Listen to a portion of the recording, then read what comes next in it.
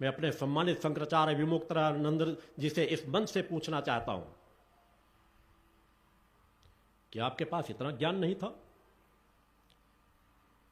कि कुंभ में क्या होने वाला है, और हो गया तो आपका नेटवर्क बाह्य क्रम से भी इतना कमजोर रहा कि आपको पता ही नहीं चला कि कितने लोग मरे या कितने लोग घायल हुए, और अब तक कितने लोगों के लिए आपने व्रत उपवास रखा है, और किसको प्रधानमंत्री बनाना चाहते हो, किसको मुख्यमंत्री बनाना चाहते हो? उद्धव ठाकरे को, जिसने अपने पिता की विरासत को भी धूल में मिला दिया?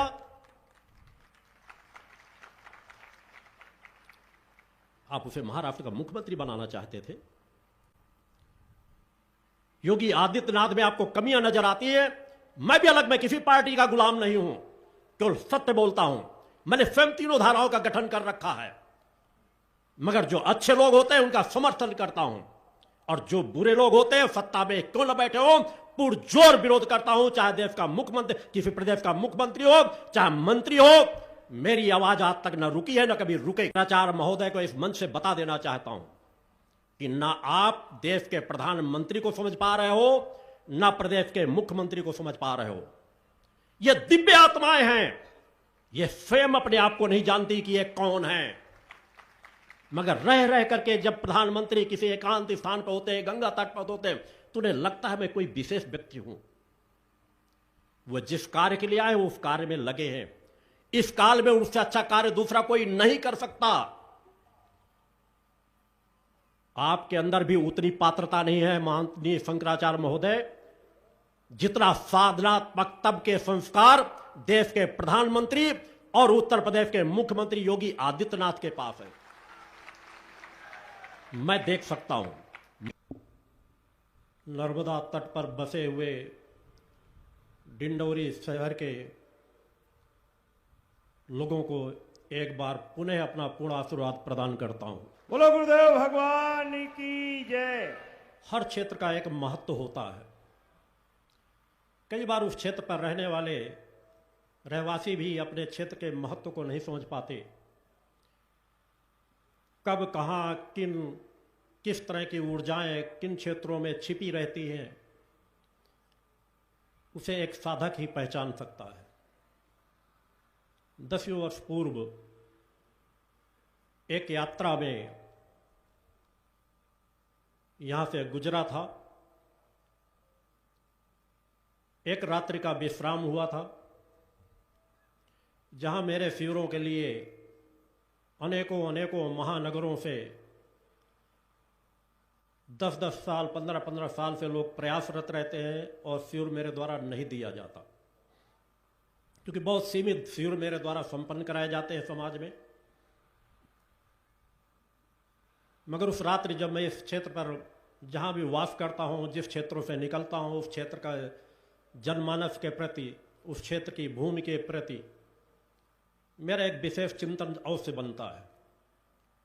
बिना किसी एक भी शिष्य की मांग के मैंने उस रात्रि एक निर्णय ले लिया था कि अपनी इस यात्रा में कभी न कभी एक शिविर डिंडौरी में अवश्य संपन्न करूंगा। बोलो गुरुदेव भगवान की जय। और वह मेरे संकल्प के क्षण इस समय उपस्थित है। शक्ति साधकों का, मां के भक्तों का, नशे मान से मुक्त चरित्रवान चेतनावान जीवन जीने वालों का यह समागम ही अपने आप में एक अद्भुत समागम होता है, जहां सहज भाव से जब एक पवित्र मन वचन कर्म से एक विचारधारा के लोग उपस्थित होते हैं, वहां एक सहज भाव से सात्विकता का वातावरण बन जाता है। एक प्रचंड ऊर्जा तरंगे वहां के वातावरण में सहज भाव से व्याप्त होने लगती हैं, और उसका लाभ वर्तमान समय में भी क्षेत्र के जनमानस भी उठाते हैं, आने वाले भक्त भी उठाते हैं, और आगे आने वाले लंबे अंतराल तक सत्य की उन चेतना तरंगों का प्रवाह समाज को प्राप्त होता रहता है। डिंडौरी जिले की यह भूमि भी सौभाग्यशाली है, जहां पर माता आदि शक्ति जगत जननी जगदम्बा की दो अति महत्वपूर्ण दिव्य महाआरतियों का सौभाग्य प्राप्त होगा। आप में से अधिकांश साधकों को स्वयं में इस विचारधारा का ज्ञान रहता है, इस यात्रा का ज्ञान रहता है। आगे आने वाले जो भक्त भी उपस्थित होते हैं, वे भी पूर्व के शिष्यों के मार्गदर्शन में उन्हीं विचारधाराओं में धीरे धीरे करके ढलने का प्रयास करते हैं। माता आदि शक्ति जगत जननी की यह पावन पवित्र यात्रा, जो माता आदि शक्ति जगत जननी जगदम्बा के ही निर्देशन और मार्गदर्शन में चल रही है, एक ऐसा पावन पुनीत अभियान जो पंचज्योति शक्ति सिद्धाश्रम के माध्यम से इस धरा पर प्रवाहित हो रही है, एक अत्यंत महत्वपूर्ण लक्ष्य को लेकर, एक ऐसा लक्ष्य जिस लक्ष्य की पूर्ति पे तो जो कुछ होगा उसे तो युगों युगों तक याद किया जाता रहेगा, मगर उस लक्ष्य की ओर बढ़ता हुआ हमारा एक एक कदम ही समाज में उस लक्ष्य की पूर्णता करता चला जाता है। जितने कदम हम आगे बढ़ाते हैं, उतने कदम समाज में सहज भाव से परिवर्तन आता चला जाता है। आज वर्तमान समय में समाज जहां अपने मूल जड़ों से, मूल विचारधारा से बहुत दूर भटक चुका है,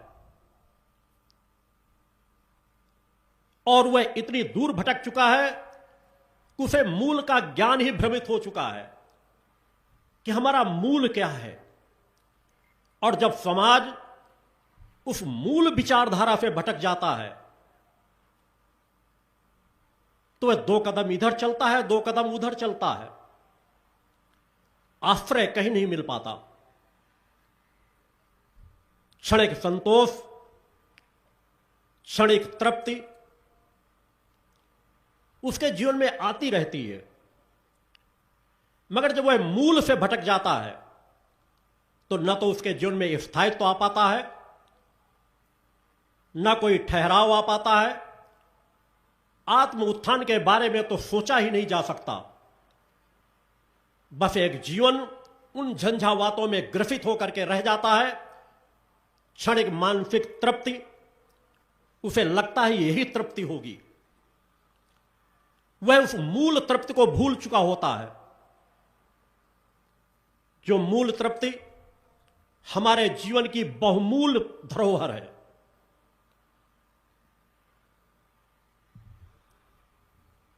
उस मूल तृप्ति की ओर ही मैं आप सभी लोगों को इंगित कराने आया हूं।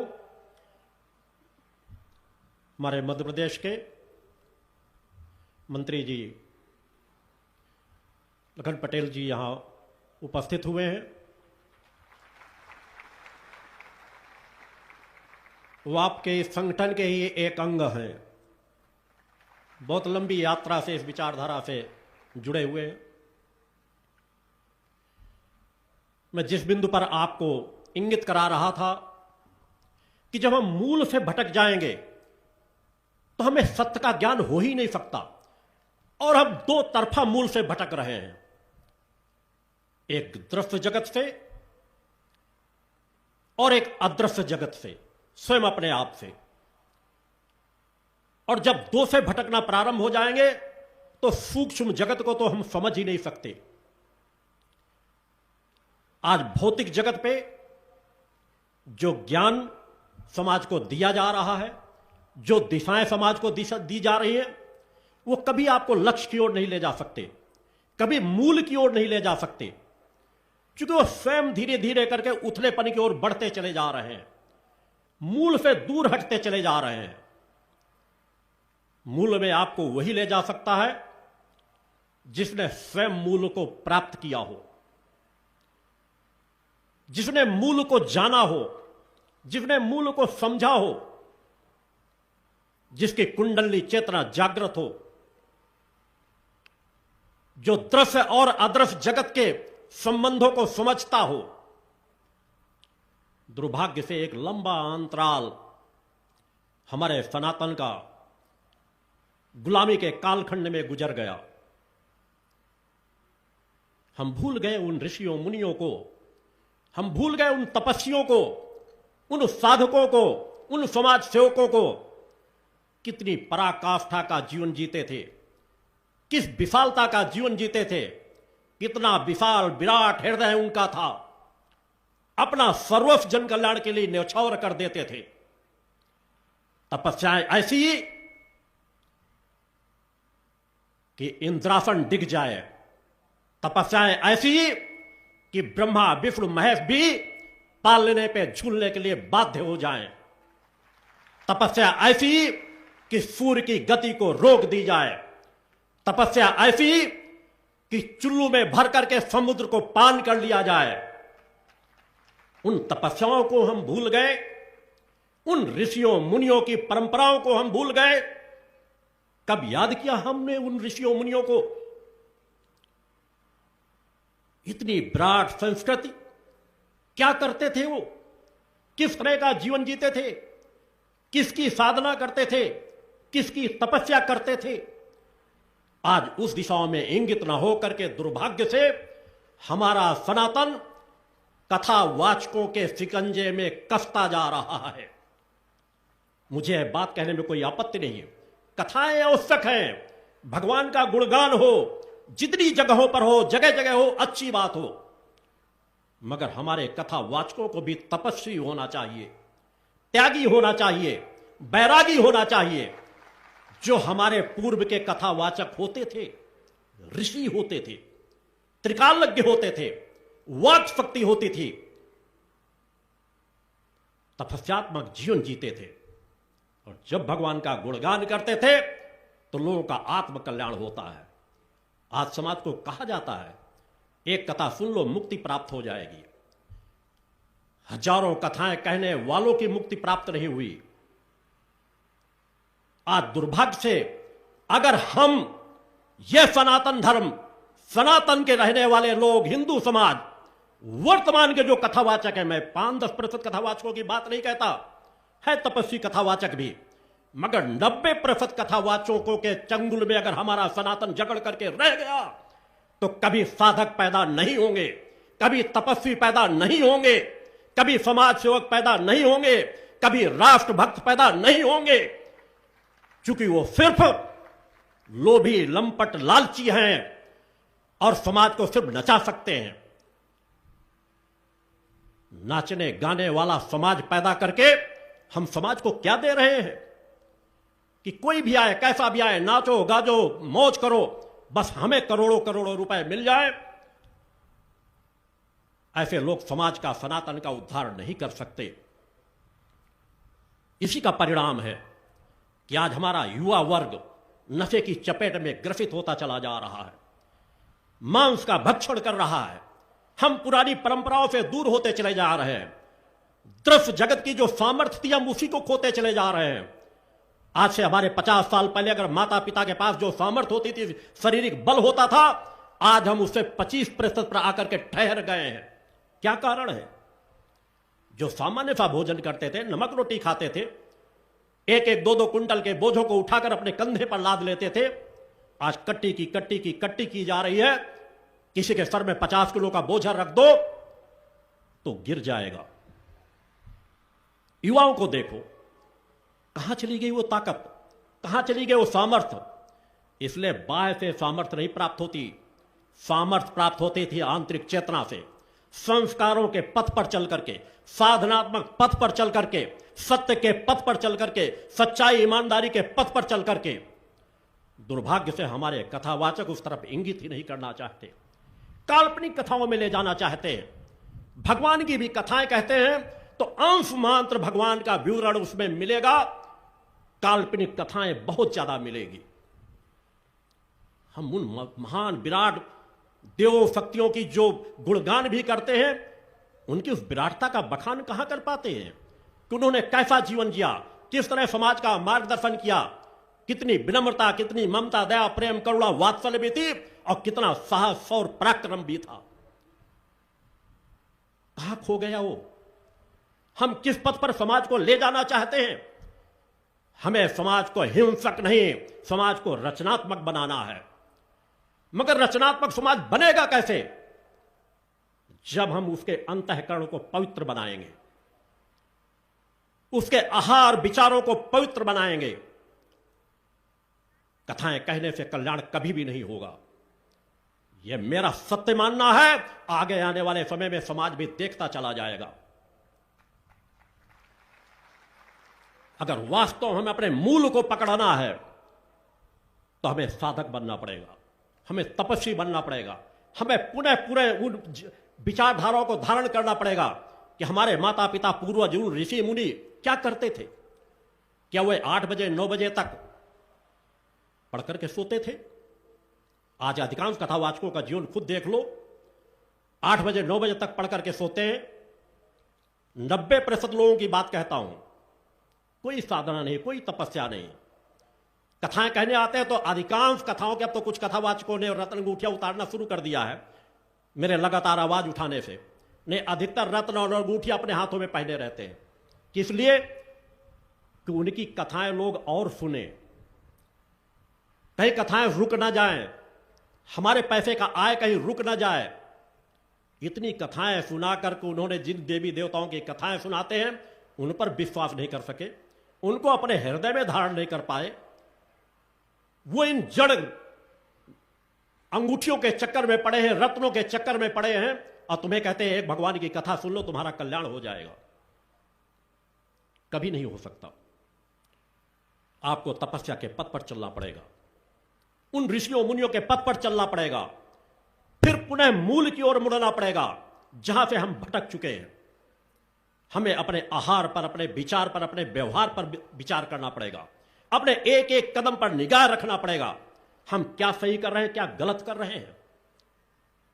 सभी अपने जीवन में सुख चाहते हैं। दुनिया का कोई जीव जंतु भी ऐसा नहीं है जो सुख न चाहता हो। फिर आप तो लोग तो मनुष्य हो, मगर वह सुख मिलेगा कैसे? इसी अंधी दौड़ में भगते हुए कभी नहीं मिलेगा। इस अंधी दौड़ से आपको उस सत्य पथ पर चलना पड़ेगा, सत्कर्म करना पड़ेगा। फल सत्कर्म का मिलता है। आत्मा की अमरता और कर्म की प्रधानता, दो ऐसे ध्रुव सत्य हैं जो हर काल में रहे और हर काल में रहेंगे। इन्हें दुनिया की कोई ताकत नहीं मिटा सकती। हमारे हर कर्म का फल हमें प्राप्त होना है।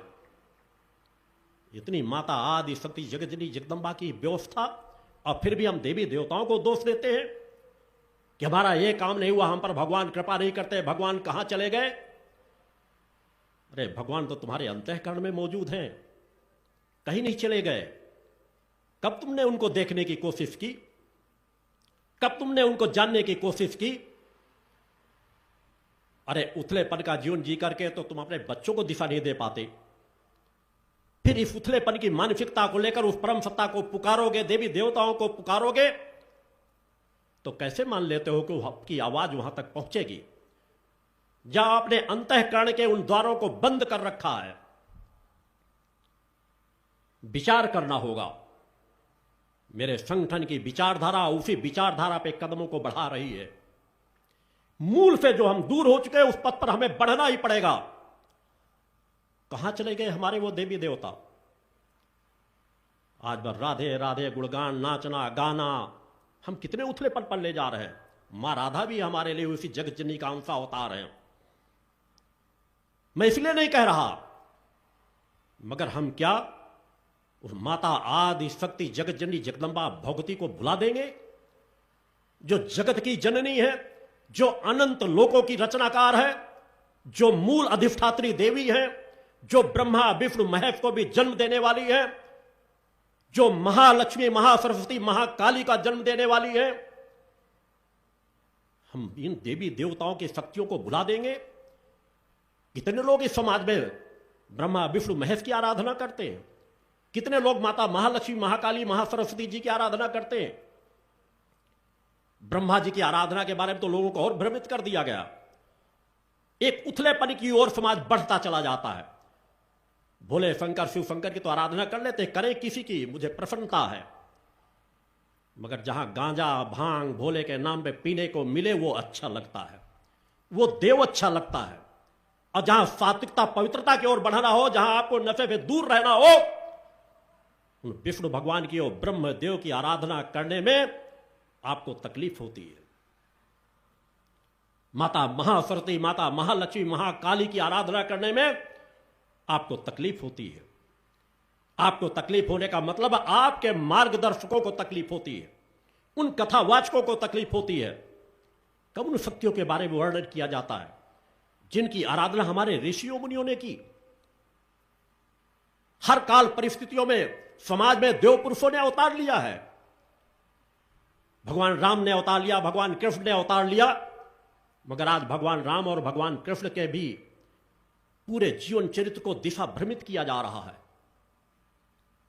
भगवान कृष्ण के तो पूरे जीवन चरित्र को ही दिशा भ्रमित करके डाल दिया गया। मात्र उनके 8-9 साल 10 साल की उम्र तक की अवस्थाओं के बारे का गुणगान होता है। उन्होंने पूरे जीवन क्या किया? भगवान राम, मर्यादा पुरुषोत्तम राम ने तो ऐसी मर्यादाएं की लकीरें खींची हैं कि उन अधर्मी अन्यायियों को भी सोचना पड़ेगा युगों युगों तक। माता भगवती सीता ने भी ऐसी लकीर खींची है, निष्ठा, विश्वास, समर्पण की, दया, ममता, प्रेम, पर करुणा, वात्सल्य की, जिसको कोई मिटा नहीं सकता। त्याग, वैराग्य की, वाक शक्ति की, जो अपने एक वाक शक्ति के बल पर भगवान बजरंगबली को अष्ट सिद्धि 9 निधि की दाता बना दे। मगर आज माता सीता की ही आराधना कितने लोग करते हैं। इसलिए माता सीता की मर्यादाओं के पथ पे चलने वाली है, त्याग तपस्या के पथ पर चलने वाली है, पतिव्रत धर्म का पालन करने वाली है, ममता, दया, प्रेम, करुणा, वात्सल्य की खान है। मगर राधा, मां राधा के नाम पे नाचना लोगों को पसंद आता है। मां राधा का गुणगान हो, मगर किसी ऐसे मन से मां राधा की कृपा नहीं प्राप्त हो सकती जहां अश्लील गीत गा गा करके लोग नाच रहे हो, तिरक रहे हो। इस धरती पर दूसरी कोई मीरा पैदा नहीं हुई। मीरा जैसी कोई पैदा हो जाए, भक्ति करे, गुणगान करे, मस्त हो जाए, अच्छी बात होगी। मगर यहां तो जब कथाएं होती हैं तो टोलियों की टोलियां, मंडली की मंडली बना करके बैठते हैं और गीत प्रारंभ हुआ, किस दिशा का है, कैसा गीत है, नाचने के लिए सब लोग खड़े हो जाते हैं और नाचना प्रारंभ कर देते हैं। उन नाचने वालों में और शराबी में कोई फर्क नहीं है। शराबी शराब पी करके नाचता है और वो छंद कुछ गीतों को सुन करके शरीर के बाह्य क्रम में थिरक करके आनंद की अनुभूति करते हैं। जब इस शरीर के स्थूल शरीर में हम आनंद की अनुभूति करते रहें तो शरीर हमारा थकेगा, कमजोर होगा। गीत हो, भजन हो, ये हर जगह होते हैं। आपका अंतर मन थिरक जाए, तालियां बजाएं, मन एकाग्र हो जाए, आपका अंतर मन नाचने लगे, मगर बाहर को नाचने मत दो। अगर तुमने अंदर की तरंगों को हजम कर लिया तो तुम साधक और साधिका बन जाओगे और अंदर की क्षणिक ऊर्जा से तुम बाहर नाचने थिरकने लग जाओगे। तो तुम में और शराबी में कोई फर्क नहीं होगा। जिंदगी बिता दोगे, सत्य का एहसास नहीं कर पाओगे। सत्य को अंदर देखना शुरू करो, भक्ति को अंदर से देखना प्रारंभ करो, मूल की ओर बढ़ना प्रारंभ करो। उन ऋषियों मुनियों को याद करके देखो कि ऋषि मुनि हमारा कैसा जीवन जीते थे। आज पुनः उसकी आवश्यकता है कि समाज को नचाने गाने की आवश्यकता नहीं। समाज तो नाचने गाने में इतना फिल्मी दुनिया में व्यस्त हो चुका है कि सुबह से शाम तक नाचता गाता ही रहता है और फिर मर करके चला जाता है। इस प्रवाह से उसे दूसरी दिशा में मोड़ना पड़ेगा। आनंद लो, जहां नाचने की जरूरत है, शादी ब्याह उत्सव के कार्यक्रमों में नाचो, कोई आपत्ति नहीं है। नृत्य भी एक कला है। मगर तुम इतना भटक चुके हो कि अब नाचने गाने का वक्त नहीं है। तुम भटकोगे और तुम्हारा आगे आने वाली पीढ़ी और भटकेगी। साधक और साधिका बनो, अपने जीवन को संवारो, तप में तपाओ, त्याग वैराग्य में तपाओ, अपने अंदर की ऊर्जा को पहचानो, अपने अंदर की क्षमता को पहचानो। तुम्हारे अंदर अलौकिक क्षमता, ऊर्जा भरी हुई है। आपके गुरु ने उसी जीवन की यात्रा को बचपन से प्रारंभ किया है, अखंड साधनाओं में रह करके। मैं भी चाहता तो उन कथावाचकों का रास्ता पकड़ लेता। त्याग तपस्या के लिए एकांत की साधनाओं को समय दिया, अखंड साधनाओं बैठ बैठ करके इसी शरीर को हड्डियों का ढांचा बनाया है। मेरी शक्ति तो कभी क्षीण नहीं हुई। आज भी इस यात्रा में आया हूं। कल प्रातः 2:30 बजे मैं नित्य प्रातः जगता हूं, रात को 11 बजे के पहले विश्राम नहीं होता।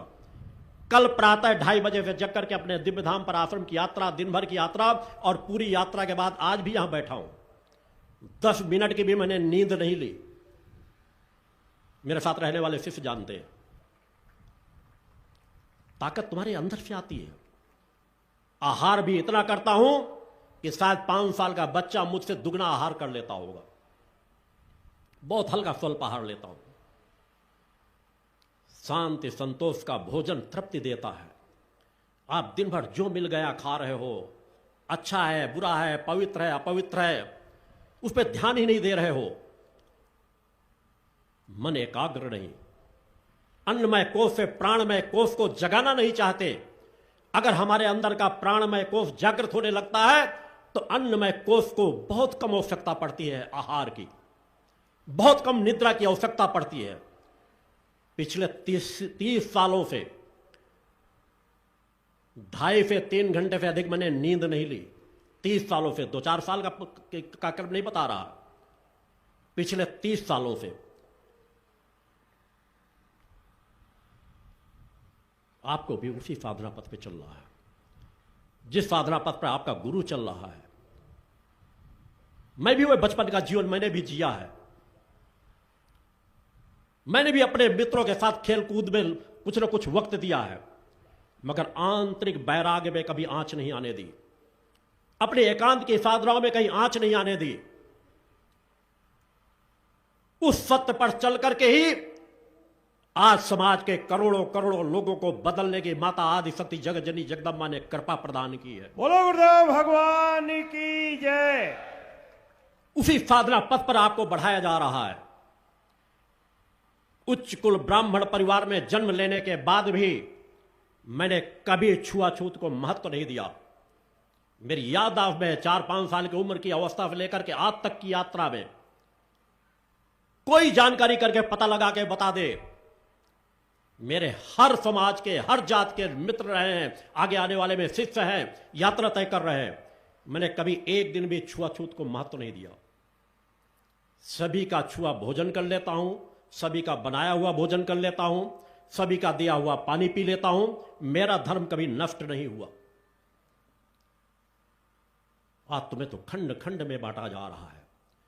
सनातन की रक्षा की बड़ी बड़ी भविष्यवाणियां करने वाले, सनातन की रक्षा के लिए बड़े बड़े नारे लगाने वाले सनातन को ही गर्त में लेते चले जा रहे हैं।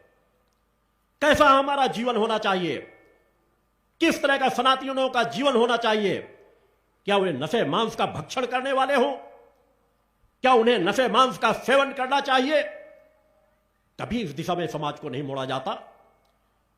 हमारे अखाड़ा परिषद है, ऐसा नहीं वहां तपस्वी नहीं है। कई अनेकों अखाड़ों में एक से एक अच्छे तपस्वी हैं, उनके प्रमुख अच्छे साधक हैं। हमारे शंकराचार्य हैं, सम्मानित पदों पर बैठे हुए। मगर क्या कभी इन बिंदुओं पर विचार करते हैं कि हमारा समाज किस दिशा में जा रहा है? हम क्यों नहीं समाज को रोक पा रहे? क्यों लोग ही धर्म परिवर्तन कर रहे हैं और हर धर्म परिवर्तन करने वाला हिंदू ही क्यों होता है, सनातनी ही क्यों होता है? क्या हम आक्रामक नारे लगाकर उन्हें बचा पाएंगे? उन्हें अच्छे संस्कार देकर हम बचा सकते हैं, वैसा स्वयं का जीवन जी करके उन्हें बचा सकते हैं। मुझे प्रसन्नता हुई थी, हमारा महाकुंभ प्रयागराज में हो रहा है, दुर्लभ है, अद्वितीय है। मां गंगा का तट तो सदैव पावन पवित्र रहता है। प्रयागराज धाम तो युगों युगों तक जब यह धरती रहेगी तो पवित्र रहेगा। इस कुंभ की व्यवस्थाएं सराहनीय हैं। उत्तर प्रदेश के मुख्यमंत्री ने जो कार्य किया है वह कार्य शायद कोई नहीं कर सकता। सराहनीय है। घटनाएं कुछ हो जाती हैं, घटनाएं भी कुछ प्रशासनिक लापरवाहियों से अवश्य होती है कि हम सजग नहीं हो पाते, असामाजिक तत्व भी कहीं कुछ कदम उठाते हैं, या जब हम इतनी बड़ा विशाल समुदाय आ रहा हो तो हमें पे अपनी व्यवस्थाएं क्या करनी चाहिए। इतने अखाड़ा परिषद पहले तो मीडिया में बड़ा छाता रहा, हम यहां सुरक्षा दे रहे हैं, हम यहां सुरक्षा दे रहे हैं, जैसे लग रहा था प्रशासन को एक कोने में समेट के रख देंगे, सब संभाल लेंगे। मेरा सिर भी होता है, दसियों हजार स्वयंसेवी कार्यकर्ता आकर के सेवा कार्य में लगते हैं, हजारों हजारों कार्यकर्ता अपनी व्यवस्थाओं को संभालते हैं। हमारे अखाड़ा परिषदों ने कब आह्वान किया कि इतना बड़ा महाकुंभ हो रहा है, हमारे नागा साधु संत क्या करेंगे। इस पावन पवित्र धरती पर क्या अखाड़ा परिषद नागा साधु संत हमारे सम्मानित शंकराचार्य केवल अपने लाभ के लिए आए हैं या हमें समाज को लाभ दिलाना है। अगर आप उस पद पर हो, उस पद पर हो तो आपका जीवन तो त्याग और वैराग्य का होना चाहिए। अपना भी सब कुछ न्यौछावर करके समाज को लाभ देने के मार्ग दे देने चाहिए। मगर दुर्भाग्य से शासन के ऊपर भी दबाव डाल दिया जाता है। अधिकांश भूमि हमारे शंकराचार्य अखाड़ा परिषद इनके कब्जे में चली जाती है। ना दो तो लड़ाई झगड़ा करेंगे। समझदार लोग भी लड़ते हैं, बड़े बड़े भूखंड ले लिए जाते हैं। भाई आप लोगों के अपने आश्रम में बड़ी बड़ी जगहें हैं, करिए वहां प्रदर्शन, निकालिए अपनी रैली। एक एक अखाड़ा किसी एक एक जिले में चला जाए, शासन प्रशासन को सूचना दीजिए, वो आपकी व्यवस्था कर देंगे। आप निकालिए जितनी बड़ी बड़ी झांकियां निकालना हो, अच्छी बात होगी। मगर जहां कुंभ प्रयागराज की धरती पर स्थान सीमित है, सैकड़ों करोड़ों लोगों का जहां हम आवाहन करने की बात कह दें, ऐसी जगहों पर मेरा मानना है कि अखाड़ा परिषदों को, सम्मानित शंकराचार्यों के और जितनी संस्थाएं जाती हैं उनको बहुत सीमित से सीमित जगह लेनी चाहिए और अपने अधिक से अधिक लोगों को लगा देना चाहिए समाज सेवा के कार्यों में, कार्यकर्ताओं को। आपको तो जब दर्शन देना हो सभी जिलों में जाकर दे दो, मगर एक दिन का दिन निकल जाता है शाही स्नान में। होना चाहिए कि एक छोटी सी गली ले लो, छोटी सी जगह ले लो, जाओ स्नान करो और चले आओ। मैं भी जब मां गंगा बुलाती है, जब भी समय होता है, मेरे लिए तो वही महाकुंभ होता है। जाता हूं श्रद्धा विश्वास से और स्नान करता हूं। बचपन से सौभाग्य ही मिला कि 20-25 वर्ष की उम्र तक तो हर अमावस्या को मां गंगा के स्नान करने का सौभाग्य प्राप्त होता रहा। चूंकि माता पिता मां गंगा के स्नान करने जाते थे बचपन से वो यात्रा, जबकि 15 से 20 किलोमीटर दूर पड़ता था। इस महाकुंभ में भी मैं अपने भक्तों को भेजने की पूरी तैयारी कर चुका था, बसें बुक हो चुकी थी, मगर मैंने स्वयं कैंसिल कराया। ठीक है, आप लोगों को जब जाना हो तो बाद में स्नान कर लेना, मां गंगा का आशीर्वाद उसी तरह आपको प्राप्त होगा।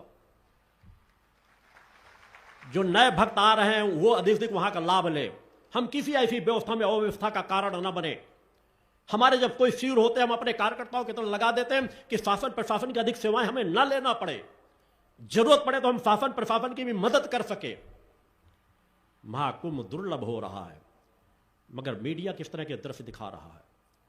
कितने अच्छे तपस्वियों का चिंतन आप लोगों के सामने आया। कभी किसी फिल्मी एक्टर का, कभी किसी के इसकी आंखें ऐसी, इसका ऐसा जीवन ऐसा है, ऐसा है, ये फला बाबा है, ऐसा बाबा, ये पढ़ा लिखा बाबा संत बन गया। संत बनने वालों का जीवन क्या हो जाता है, योगी बनने वाले तपस्वियों का जीवन क्या हो जाता है, वह समझना अभी कठिन है, क्योंकि समाज उससे दूर होकर चली गई है। देखते देखते ही महामंडलेश्वर बना दिया जाता है। शराबी में महामंडलेश्वर बन जाते हैं, फिल्मी एक्टर भी महामंडलेश्वर बन जाते हैं। जो शपथ तपस्या साधना से शून्य हैं, नगण्य हैं, मुझे कहने में कोई आपत्ति नहीं, और जो भगदड़ मची निश्चित दुर्भाग्य की है, नहीं होना चाहिए था।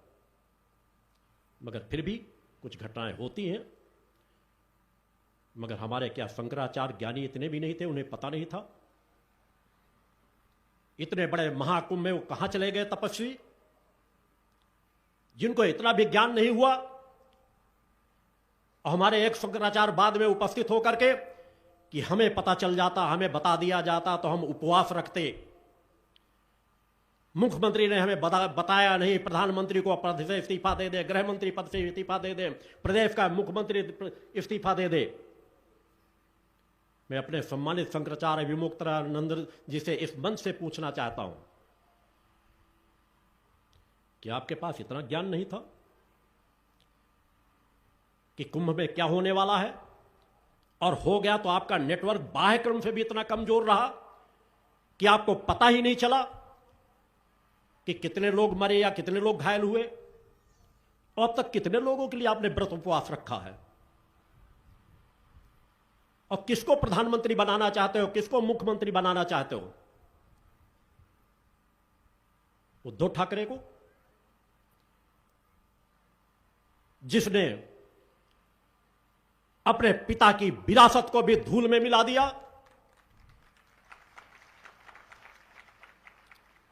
आप उसे महाराष्ट्र का मुख्यमंत्री बनाना चाहते थे।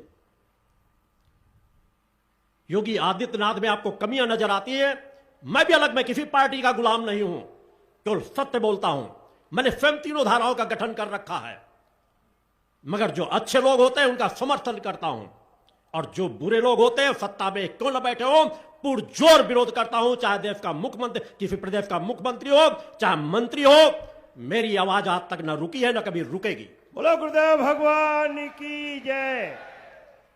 योगी आदि शंकराचार्य महोदय को इस मंच से बता देना चाहता हूं कि ना आप देश के प्रधानमंत्री को समझ पा रहे हो, ना प्रदेश के मुख्यमंत्री को समझ पा रहे हो। ये दिव्य आत्माएं हैं, ये स्वयं अपने आप को नहीं जानती कि ये कौन है, मगर रह रह करके जब प्रधानमंत्री किसी एकांत स्थान पर होते हैं, गंगा तट पर होते हैं, तो उन्हें लगता है मैं कोई विशेष व्यक्ति हूं। वो जिस कार्य के लिए आए वो उस कार्य में लगे हैं। इस काल में उससे अच्छा कार्य दूसरा कोई नहीं कर सकता। आपके अंदर भी उतनी पात्रता नहीं है माननीय शंकराचार्य महोदय, जितना साधनात्मक तब के संस्कार देश के प्रधानमंत्री और उत्तर प्रदेश के मुख्यमंत्री योगी आदित्यनाथ के पास है। मैं देख सकता हूं, मैं समझ सकता हूं, मैं सत्य का ज्ञान करा सकता हूं। योगी आदित्यनाथ आज स्वयं अपने कर्मों के फलस्वरूप हिंदू धर्म के हिंदू हृदय सम्राट बन चुके हैं। उन जैसा मुख्यमंत्री कोई आज तक आजादी के बाद नहीं हुआ। एक योगी, एक मठ का महंत, और उसके बाद दिन रात समाज की सेवा में लगा हुआ है। वो अपने देश के प्रधानमंत्री का सम्मान जितना करता है उतना कोई मुख्यमंत्री नहीं करता। प्रधानमंत्री जब चल रहे होते हैं तो उनके 15 फीट दूर करके उनको चलता है।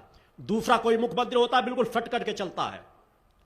कभी भी देखा करो क्रियाओं को, कर्म को, उनकी भावनाओं को। योगी आदित्यनाथ का मन मस्तिष्क बिल्कुल स्थिर है। वो अपनी पूरी क्षमता अपने लक्ष्य पर लगाते हैं। उत्तर प्रदेश में जितना अनीति, अन्याय, अधर्म, हर जिले में बड़े बड़े माफिया पैदा हो गए थे, जिनके सामने जज भी घुटने टेकते थे, कोई फैसला नहीं देते थे, अपना ट्रांसफर करा लेते थे या पेशियों पे पेशियां बढ़ाते रहते थे। उनका खात्मा करना इतना आसान नहीं था, कोई दूसरा नहीं कर सकता था। ये वही कर सकता है जो स्वयं की मौत का भय त्याग दे, जिसके अंदर संस्कार हो। खैर ये एक पक्ष हुआ। कुंभ में सबसे बड़ी घटना किसको माना गया? जो कुछ मौतें हो गई। मेरे लिए कोई बहुत बड़ी घटना है, मगर उससे बड़ी घटना जिसने मुझे सबसे ज्यादा तकलीफ दी, उस पर समाज की निगाहें नहीं गई। क्योंकि मैं आज जब प्रारंभ से आज 300 सालों से लेकर समाज के बीच जब से कार्य कर रहा हूं, एक संकल्प लेकर के कार्य कर रहा हूं। मैंने समाज में कभी ऊंच नीच की भावना को नहीं देखा। एक अमीर धनवान भले मेरे दरबार से बगैर मिले चला गया हो, मगर गरीब को मैंने निराश नहीं होने दिया। मैं छुआछूत ऊंच नीच मानता ही नहीं। किसी को अछूत मानता ही नहीं। इतने वर्षों की लंबी यात्रा में 65 साल की उम्र हो चुकी है। 4-5 साल की उम्र के बाद से आज तक ला करके एक भी टॉपिक कोई नहीं बता सकता। मगर जिस पे समाज का, देश का ध्यान नहीं गया, जब प्रारंभ में हुआ तो कुछ अखाड़ों ने कहा कि इस बार हम पिछड़े दलित समाज के लोगों को भी महामंडलेश्वर बनाएंगे। मुझे बड़ी प्रसन्नता हुई थी और इसका मैंने अपने एक संक्षिप्त जब चिंतन चल रहा था वहां उसका उल्लेख भी किया था कि इस बार शायद अखाड़ा परिषद के लोगों को कुछ अच्छा सद्ज्ञान परम सत्ता ने दिया है कि उन्होंने ऐसा कुछ निर्णय लिया। मगर इतना लंबा अंतराल गुजरने के बाद अभी तक कोई निर्णय नहीं आया। मगर मुझे जो मेरे अंतःकरण को सबसे ज्यादा व्यथा कर गई वह बात थी, मीडिया के सामने 20-25 साफ सुथरे कपड़े पहने हुए लोग खड़े थे। वक्तव्य क्या दे रहे थे? हम शंकराचार्यों के लिए भंडारे में काम करने के लिए आए हैं। हम सभी ब्राह्मण हैं, ब्राह्मण क्षत्रिय उच्च वर्गों से हैं। हमारे उसमें कोई भी, मुझे शब्द मजबूरी पे कहना पड़ रहा है, किसी को बुरा ना लगे, मेरे जीवन में कभी ऐसे शब्दों को उच्चारण नहीं होता। उन्होंने कहा ये सभी हमारे यहां सवर्ण हैं, इनमें से कोई शूद्र नहीं है। हम अपने भंडारों में शूद्र को प्रवेश नहीं देते, शूद्र भोजन नहीं बनाता। जिस समय मैंने सुना था जैसा लग रहा था कि कानों पे कोई गर्म करके कोई तरल पदार्थ डाल दिया हो। अरे वहां तो चंद लोग मरे थे, मगर तुमने जिस समाज को ऐसी बातें कह करके करोड़ों करोड़ों समाज के लोगों को आघात पहुंचा देते हो, उनकी अंतरात्मा जब मरती है तो उसका जवाब कौन देगा? मैं उन शंकराचार्यों से पूछना चाहता हूं। बर्बाद कर दिया आप लोगों ने हमारे सनातन धर्म को, बर्बाद कर दिया हमारे हिंदू धर्म को। हम उन गुरुकुलों में किनको शिक्षा देंगे, किनको शिक्षा नहीं देंगे? ज्ञान हर पात्र को मिलना चाहिए। मेरा मानना है वह शंकराचार्य नहीं हो सकते, वह कोई ज्ञानी पुरुष नहीं हो सकता, वह कोई संत ऋषि मुनि महात्मा नहीं हो सकता जो जात के आधार पर ज्ञान देने की बात कहे। यही गलतियां होती चली आई और आज भी हो रही हैं। हमने एक बहुत बड़े समाज को दूर कर दिया जिनके अंदर निष्ठा, विश्वास, समर्पण की पराकाष्ठा सवर्णों से भी अधिक है, कार्य करने की क्षमता है। मेरा मानना है कि देश की सरकारों को सोचना चाहिए, जिस तरह हम नाजायज मदरसों की बंद करने की बात कहते हैं, उस तरह हर उस गुरुकुल पर ताला डाल देना चाहिए जहां जात के आधार पर प्रवेश दिया जाता है। इतना हम समाज को दुख देंगे, तकलीफ देंगे। 21वीं सदी चल रही है, ज्ञान की सदी है, कर्म की सदी है, भक्ति की सदी है। हम भारत को विश्व गुरु बनाना चाहते हैं, आज भी हम इस झंझावातों में उलझे रहेंगे तो फिर दूसरा तो फायदा उठाएगा ही। हम अपने समाज को ही खंड खंड करते चले जा रहे हैं। होना तो चाहिए कैसे महाकुंभों में हमारे शंकराचार्यों को, हमारे अखाड़ा परिषदों को बढ़ के आना चाहिए और कहना चाहिए कि आओ हमारे भंडारे में, हम सब आत्मीयता से बनाएंगे, खाएंगे और खिलाएंगे। हमारे सनातन में, हमारे हिंदू धर्म में कोई ऊंच नीच, छुआछूत नहीं है। हम सब उस परम सत्ता माता भक्ति आदि शक्ति जगत जननी जगदम्बा के अंश हैं। जगत जननी का परिवार है। सनातन से अच्छा सुंदर न कोई समाज था, न है और न रहेगा। सनातन है तो सभी धर्म सुरक्षित हैं। बोलो गुरुदेव भगवान की जय। अन्यथा 100 बार गंगा नहाओ, सारी सवारियां निकालो, पाप लगेगा। अगर कर्म पुण्यात्माओं के नहीं करोगे, तपस्वी जीवन जियो, किसी गर्व से, घमंड से नहीं। किसान परिवार में मैंने जन्म लिया है, पिता के साथ कृषि कार्य किया है, आज भी कृषि कार्य को उतना ही महत्व देता हूं। आश्रम की स्थापना के बाद मैंने एक बहुत बड़ी जमीन खरीदकर कृषि कार्य के लिए, साग सब्जी वहां आश्रम वासियों के लिए और नित्य प्रति भ्रमण के लिए जाता हूं और मार्गदर्शन देता हूं। मेरे शिष्यों को मालूम है, जब मैं अपने हाथ से कोई फसल लगा देता था छोटी छोटी जमीन पे, आज जितनी 10 एकड़ जमीन में फसल उत्पादन नहीं होता होगा, आधे एकड़ जमीन में अपने द्वारा करता था। लोग खाते खाते थक जाते थे। पुरुषार्थ का वो फल होता है, ये सहज है। हमारी धरती मां तो सब कुछ दे देना चाहती है। हमने धरती मां से प्रेम कब किया? जिस पर हम चलते हैं, बैठते हैं, उड़ते हैं, बोलते हैं, ये सभी जगत जननी की देन है। हमने कब उसको मां के रूप में देखा? कब हमने उस धरती को समझने की कोशिश की कि यह धरती तो हर पल हमसे बात कर रही है? नदियों के तट पे जाओ, पेड़ों के पास बैठो, फूलों के पास बैठो, अपनी फल लहलाती फसलों के पास में बैठो, सब हमको देना चाहती है।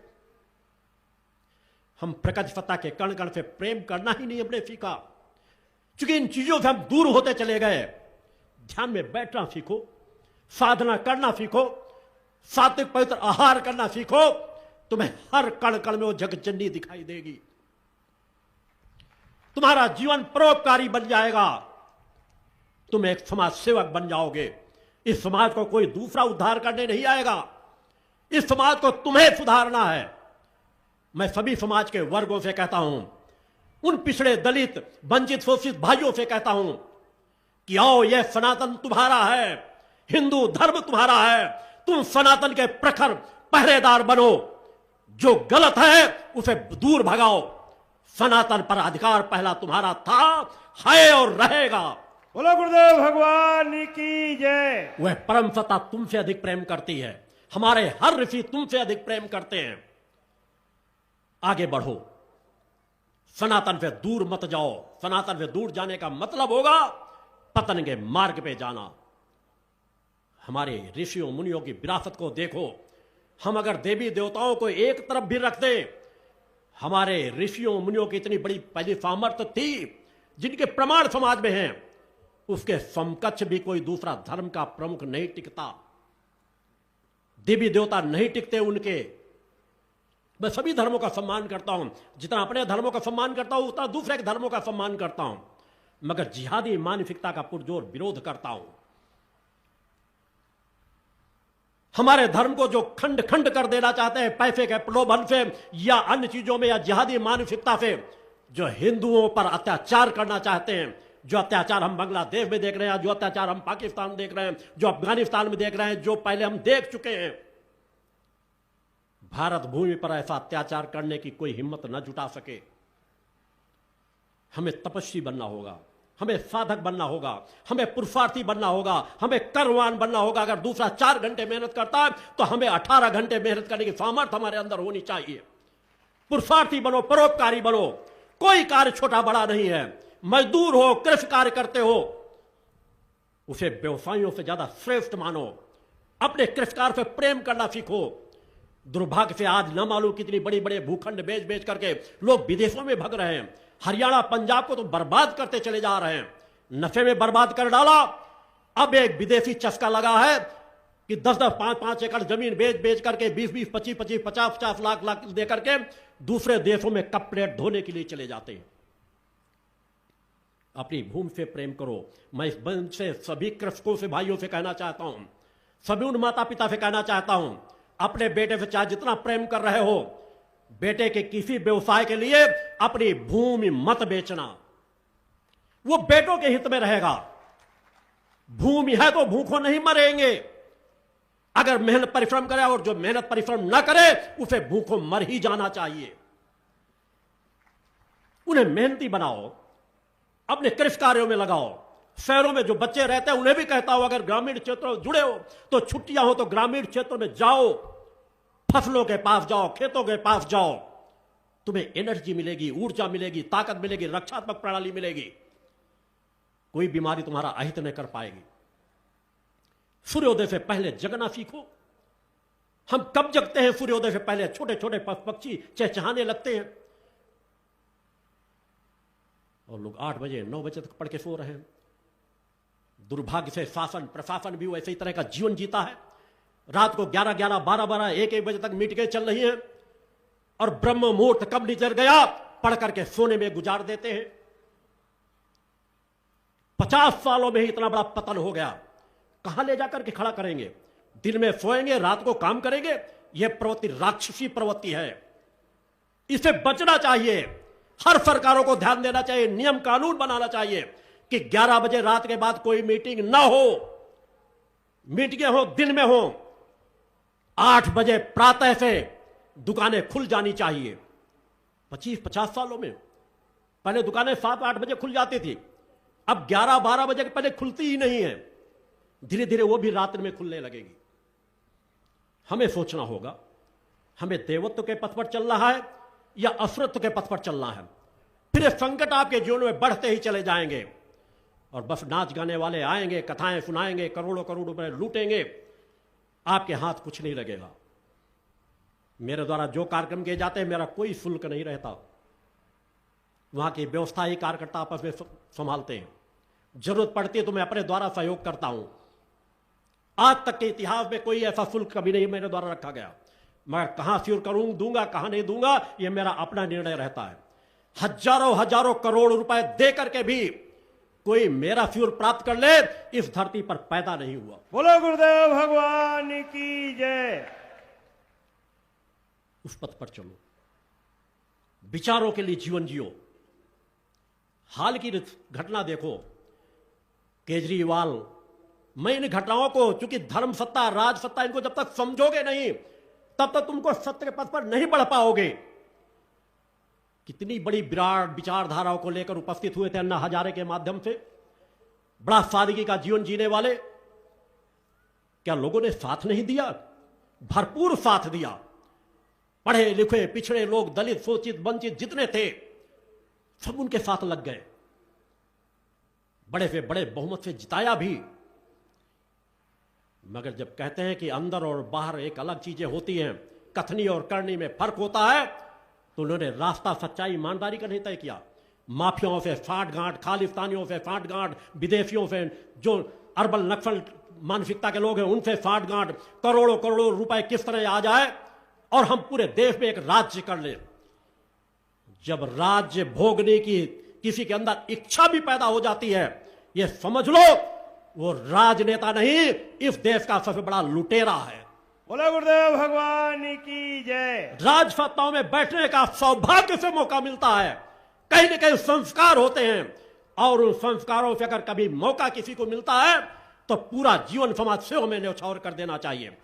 अगली बार हमें कोई जिताए या न जिताए, आज हम जीते हैं, आज हमें समय मिला है, उस पर हम क्या कर सकते हैं, अपना सर्वस्व न्यौछावर करने का भाव लेकर चलना चाहिए। चाहे धर्म सत्ता हो, चाहे राज सत्ता हो, समाज का मार्गदर्शन करने का मौका संस्कारों से प्राप्त होता है। उन संस्कारों को किसी को नष्ट नहीं होने देना चाहिए। इसलिए समाज सुधार के लिए मेरे द्वारा हर प्रदेशों में जहां भी जाती वहां आवाज उठाई जाती है। आज मध्य प्रदेश के मंत्री जी भी यहां बैठे हुए हैं। मैं चाहूंगा अपनी आप प्रदेश सरकार से भी मेरा विनम्र निवेदन जरूर पहुंचाइएगा। हर मंच पे भी पहुंचा रहा हूं, क्योंकि मेरी अभी विनम्रता की मांगे चल रही हैं और जब विनम्रता की सीमाएं समाप्त हो जाएंगी तो फिर परम सत्ता ने मुझ में यह सामर्थ्य दे रखी है, ये सत्ताएं देखते देखते धरातल में मिल जाएंगी। बोलो गुरुदेव भगवान की जय। नए पूरे प्रदेश को नशा मुक्त बनाओ, देश को नशा मुक्त बनाओ। हम सनातन की तभी रक्षा कर सकेंगे, हिंदुत्व की तभी रक्षा कर सकेंगे, दूसरे धर्मों के साथ आपसी भाईचारे का तभी संबंध बन करके रह पाएगा। लाडली बहना योजनाओं से कभी बहनों माताओं का कल्याण नहीं होगा। उन घरों में जा करके मंत्री देखें जिन घरों में अगर एक व्यक्ति भी शराब पीता है तो उस घर की दुर्दशा क्या होती है, किस तरह उन बहन बेटियों पर अत्याचार होता है, किस तरह वहां के धन की बर्बादी होती है, किस तरह छोटे छोटे बच्चे वहां शिक्षा नहीं प्राप्त कर पाते। कैसे होगा समाज का कल्याण?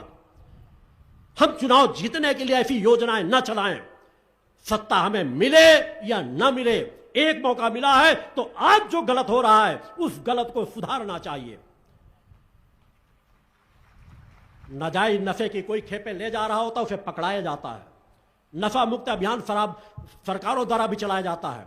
और दुर्भाग्य देखो, अंग्रेजों के समय से जो परंपराएं चली आ रही हैं, आजादी के बाद जो सरकारों ने नियम कानून बना दिए, कोई सोचना ही नहीं चाहता कि सरकार पर बैठे लोग पिता समान होते हैं, संरक्षक होते हैं। एक पिता अपने पुत्रों को लाइसेंस देकर के शराब पिलाए। सरकारी ठेके की दुकानें हर जिले जिले में फैली हुई हैं। सरकारें नशे की दुकानें चला करके हमारे देशवासियों को, हमारे सनातन धर्मियों को, हमारे हिंदू धर्म को, हमारे छोटे छोटे बच्चों को शराब पिलाए, जिसकी वजह से बहन बेटियों पर अत्याचार हो, दुर्घटनाएं हो, अपराध हो, बलात्कार हो। सरकारों को सोचना होगा। राजस्व की जरूरत है और 10 टैक्स लगा दो, उससे ज्यादा राजस्व आ जाएगा, मगर शराब माफियाओं को बढ़ावा मत दो। शराब माफिया आतंक की तरह सब क्षेत्रों में कार्य करते हैं। पुलिस प्रशासन को अपनी जेब में मान लेते हैं। कुछ चंद ही पुलिस प्रशासन से जुड़े लोग होंगे जो शराब माफियाओं का विरोध करते हो। संगठन जगह जगह समाज में कार्य कर रहा है।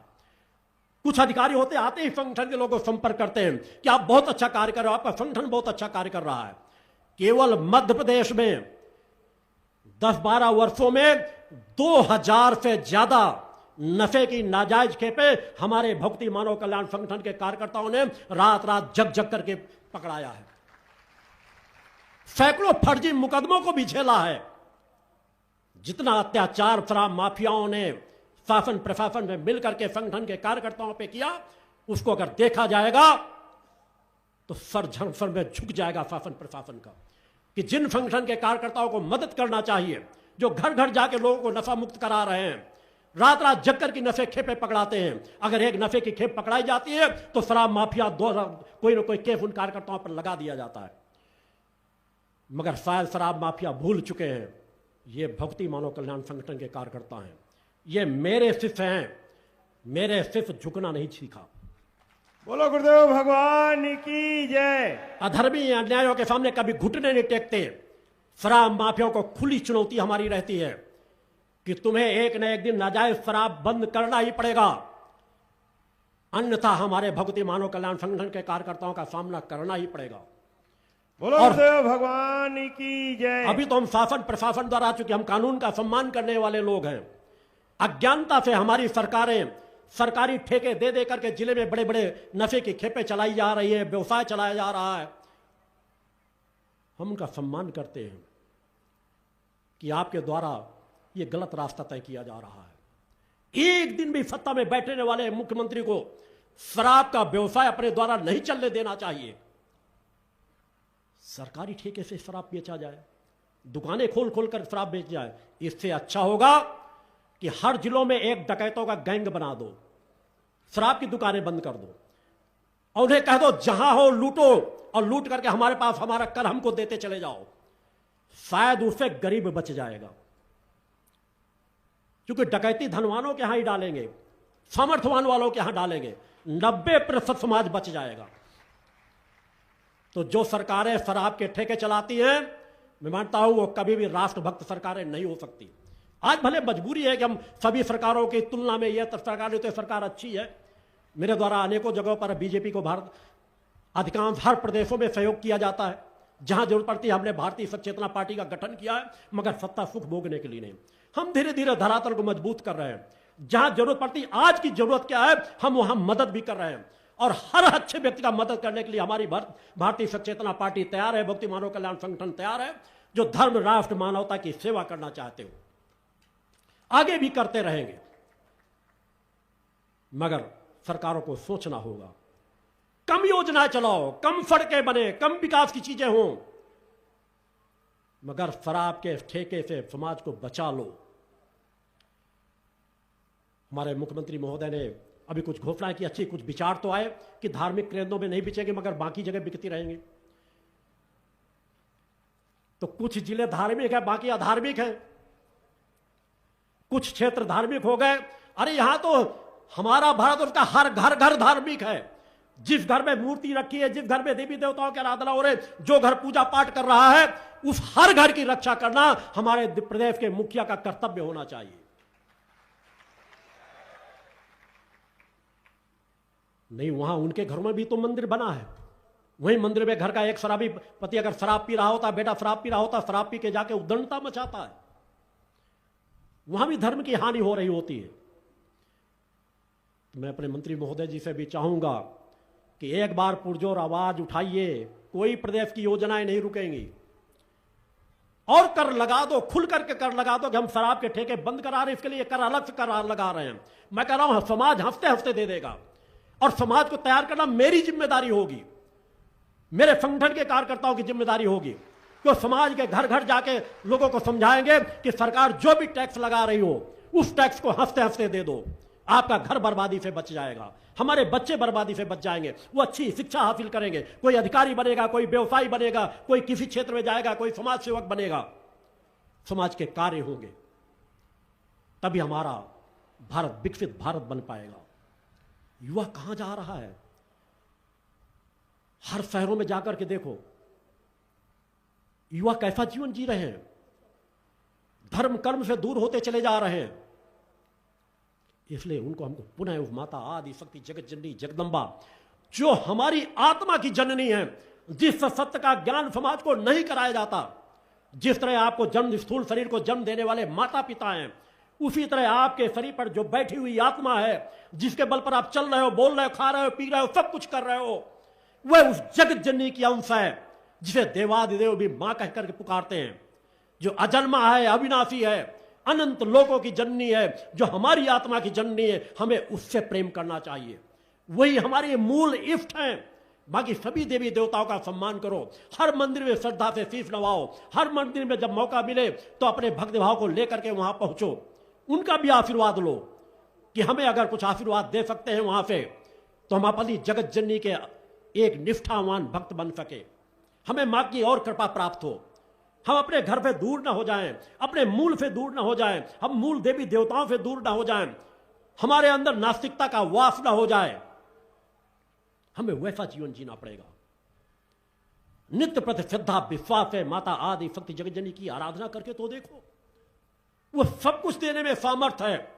अपने अंदर की पात्रता को भी विकसित करो और बाह्य साधना को भी करो, और जो जो पात्रता विकसित होती चली जाएगी, तुम्हारी हर मांग 101% पूर्ण होगी।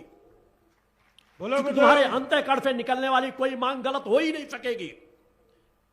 और वाक शक्ति का परिणाम अगर देखना है तो आप अपने गुरु की पूरी जीवन की यात्रा को देखो। आज तक माता आदि शक्ति जगतजननी जगदम्बा के चरणों में मैंने जो प्रार्थना रखी है कभी अपूर्ण नहीं हुई। बोलो गुरुदेव भगवान की जय। साधक बनो, अपने घर में नित्य प्रतिसाधना करो, शुद्ध सात्विक आहार करो, नशे मांस से दूर रहो। धर्म राष्ट्र मानवता की सेवा करना हर मनुष्य का कर्तव्य है। जब कर्तव्य पथ पर चलोगे उसके बाद तुम जिस देवी देवता की आराधना कर रहे होगे वह देवी देवता दोनों हाथों से भरपूर तुम्हें आशीर्वाद देंगे। देवी देवता तो चाहते ही यही है कि समाज का कल्याण हो, मानवता का कल्याण हो, मगर उनके पथ पर चलो तो, उनके बताए हुए नियमों पर चलो तो। आप तो बस वेदों को रट लेते हैं, वेद ज्ञानी बन जाते हैं। अरे वेदों को जीना सीखो। जिस दिन वेदों को जीना सीख जाओगे जातीयता छुआछूत समाज से दूर भाग जाएंगे। तुम्हारा अंतःकरण पवित्र होना शुरू हो जाएगा, तुम्हारे कर्मों में परिवर्तन आ जाएगा, तुम्हारी सामर्थ्य बढ़नी प्रारंभ हो जाएगी। वैसा जीवन हमारे ऋषि मुनि जीते थे। आज तुम्हें पुनः उस तरह का जीवन जीने की आवश्यकता है। इसलिए उस परम दिव्य धाम का निर्माण किया गया है जहां मां का 30 वर्षों से 28 वर्षों से पूरा नित्य प्रति अखंड मां का दुर्गा चालीसा का पाठ चल रहा है, अनंत काल के लिए चल रहा है, जहां पर करोड़ों करोड़ों लोग पहुंच करके लाभान्वित हो रहे हैं, नशे मांस को छोड़ रहे हैं। मेरे यहां कोई शोधकर्ता आकर के देखे तरंगों का क्या प्रभाव पड़ता है। बड़े बड़े नशा मुक्त केंद्रों में आज तक उतने लोगों को नशा मुक्त नहीं किया। यह कोई गर्व नहीं, क्योंकि सत्य तो समाज को ज्ञान कराना ही पड़ेगा। इस भारत भूमि में एक भी ऐसा नशा मुक्त का केंद्र नहीं है जिसने सैकड़ों सालों में उतने लोगों को नशा मुक्त किया हो जितने लोगों को नशा मुक्त पिछले 30 सालों की यात्रा में उस दिव्य धाम से किया जा चुका है। बोलो गुरुदेव भगवान की जय। कौन कहता है शराबी नहीं सुधरना चाहते? भले वो अपने घर में लड़ते हो कि हम नहीं छोड़ेंगे। मेरे यहां 10-10, 20-20, 25-25, 50-50 के ग्रुप में आते हैं, उनके साथ घर का कोई सदस्य नहीं आता। मिलने आते हैं, पूछा जाता किस लिए आए हो? गुरुदेव जी आपके पास नशा छोड़ने आए हैं। उन चेतना तरंगों का प्रभाव होता है, क्योंकि जब मैं अपनी नित्य साधना में बैठता हूं तो नित्य उन चेतना तरंगों से ध्यान में साधना में मैंने अपने जीवन का एक एक पल समाज को समर्पित किया है। अपनी स्वयं की साधना पूर्ण करने के बाद 30 वर्षों के पहले मैंने जीवन की एक एक साधना समाज को समर्पित कर दी थी। और जब पहले अपने लिए अगर 4 बजे जगता था, अब 2:30 बजे प्रातः जगता हूं। साधनाओं में कोई मैंने कमी नहीं की, क्योंकि उस तरह का कर्म है जिसकी ऊर्जा पैदा ही होती है। सूर्य अगर उदय होगा तो उसकी धूप से इनकार कोई नहीं कर सकेगा। ठंड अपने आप दूर भग जाएगी, अंधकार अपने आप दूर भग जाएगा। कर्म करो। इसलिए मैं अपने साधकों से चाहता हूं, अपने शिष्यों से चाहता हूं, तपस्वी जीवन जियो। तुम्हारे क्षेत्र में जगह जगह तुम ऐसे सूरज बन करके उदय हो कि तुम अनेकों लोगों का कल्याण कर सको। तुम्हारा गुरु तुम्हारे साथ है, माता आदि शक्ति जगत जननी जगदम्बा तुम्हारे साथ है।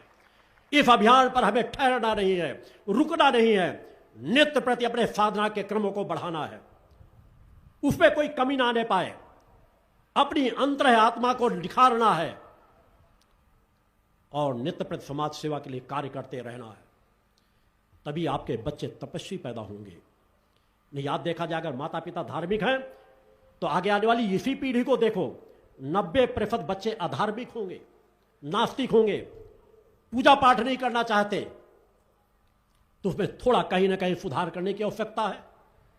अपने बच्चों पर अपने से ज्यादा निगाह रखो, उन्हें सुधारना तुम्हारा कर्तव्य है, तुम्हारा दायित्व है। वो गलत रास्तों में न जाने पाए। यही तुम्हारी पूजा है, यही तुम्हारी साधना है कि आगे आने वाली पीढ़ी को बचा लो, आगे आने वाली पीढ़ी को संवार लो, उसकी रक्षा करना भी तुम्हारा दायित्व है। और नित्य प्रति उस जगत जननी की आराधना करो, विनम्रता की पराकाष्ठा हो और वीरता की भी पराकाष्ठा हो। विनम्रता इतनी कि हर व्यक्ति को अपना बना लो। जहां कल्याण की बात आ जाए, समाज सेवा की बात आ जाए, परोपकार की बात आ जाए, इतना झुक जाओ जो दूसरा न झुक सके। और जहां अधर्मी अन्यायों का सामना करने की बात हो तो वीरता की वह पराकाष्ठा हो कि सर कट जाए मगर झुकना नहीं चाहिए। बोलो गुरुदेव भगवान की जय। आपका गुरु बचपन से भी वैसी यात्रा तय कर रहा है। कभी आलस, जड़ता, निराशा, हताशा को अपने ऊपर हावी नहीं होने दिया। चैतन्यता का जीवन जीता है। वैसा चैतन्यता का जीवन जी करके देखो। अपने बच्चों को उस पूंजी के बारे में बताओ कि जो भौतिक जगत की सामर्थ्य से आपको नहीं प्राप्त होगा वो साधना तपस्या से प्राप्त हो जाएगा। इतना ही ज्ञान उन्हें मत दो कि बेटा पढ़ लिख करके कोई ऐसी नौकरी कर लेना जिसमें भ्रष्टाचार की कमाई आने लगे, शादी कर लेना, 4 बच्चे पैदा कर लेना, और जिस तरह मैं मर करके जा रहा हूं तुम मर के चले जाना, और जिस तरह मुझे डर है कि अगर पुत्र पैदा नहीं होगा, वो मेरा क्रियाकर्म नहीं करेगा तो मेरी मुक्ति नहीं होगी, उसी तरह तुम भी उसी डर भय में जीवन जीना। इतना बड़ा भय अज्ञानता समाज में फैला दी गई कि पुत्र पैदा होगा तभी समाज का कल्याण होगा, तभी माता पिता को मुक्ति प्राप्त होगी जब वो एक छूटा सा उनके मरने के बाद पूजा पाठ का कर्म करा देगा। कितनी बड़ी अज्ञानता का जीवन जीने की कला आज तक कथावाचक सिखाते चले आए हैं। अरे आप अपने रहते ऐसे कर्म क्यों नहीं करते कि तुम्हारी मुक्ति हो? तुम्हारे मर जाने के बाद अगर लगे कि शरीर फटेगा, गलेगा, तो जहां चाहो वहां फेंक दो, नदी में डाल दो, जला दो, दफना दो, तुम जानो, तुम्हारा काम जाने। मेरी मुक्ति के लिए तुम्हें कुछ करने की जरूरत नहीं। अपने बच्चों को जब ये कह के जाओ तभी तुम बेटों और बेटियों में कोई फर्क नहीं करोगे। बेटा मुखाग्नि नहीं देगा तो मुक्ति नहीं मिलेगी। मेरा मानना है कि बेटा मुखाग्नि दे तो मुक्ति मिले न मिले इसमें संशय निश्चित है।